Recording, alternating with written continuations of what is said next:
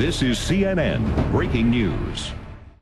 Now back to our special series, Drug Nation, the war on the border. You've heard from security analysts, lawmakers, even those who support drug legalization. Now we want you to hear directly from a former smuggler. Brian O'Day helped bring as much as 75 tons of marijuana into the United States from Southeast Asia. That was back in the 1980s. He has served time behind bars and is now writing about his time as a smuggler. The book is called High, Confessions of an International Drug Smuggler, and comes out very soon. Brian joins us now live. He's in Toronto this morning. Brian, you recently wrote an op-ed regarding the legalization of marijuana in which you said, quote, "It is time to legalize marijuana. The tax revenue generated could then be used to help addicts. I work with these folks every day in one way or another, and not one of them wants to live the way they do, but they don't know how to stop. They need help, not punishment." So that's one side of the argument. But then there are people who say if you legalize pot, you're just going to create a whole bunch of new addicts who are then going to need treatment. What do you say? I say that's nonsense. I personally believe that all drugs should be legalized, John, not just pot, because drugs are a medical issue. They're not a corrections issue. And it's similar to what Alfredo said about Cuba. We've done this for 50 years now, and nothing has changed. As a matter of fact, it simply exacerbated the situation. And so it's time for us to take another approach. We can't continue to do the same thing and expect different results.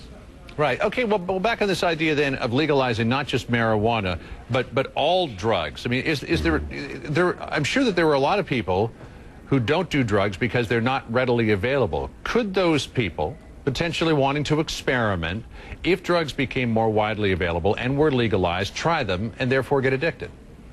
John, I have never met anybody who didn't do drugs because they were illegal. The people who use drugs run the gamut of our population, from the wealthiest to the poorest. And they simply are available. They don't need to be legalized to become any more available. As a matter of fact, if they were legalized, the distribution of them would be much more controlled, and then the people who are using these drugs could be educated, could be rehabilitated through the money that we saved. We're throwing $70 billion approximately against the war on drugs this year. We've been doing it for far too long. In excess of $1 trillion has been thrown that way, and nothing has changed. Don't you think? Sorry. I was going to say, Michael, you make the argument that if you look at the debate over drugs and you look at what's being written about drugs and you look back at the Prohibition era of the 1920s through the early 1930s, if you took the word drugs out of everything that's been written lately and you substituted the word alcohol, it would look like everything that was written during the Prohibition era.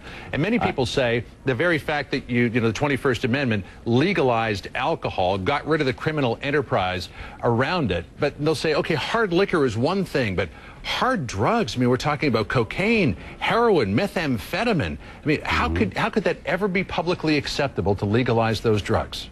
Well, we give a methamphetamine type product to kids with attention deficit disorder today, by the way.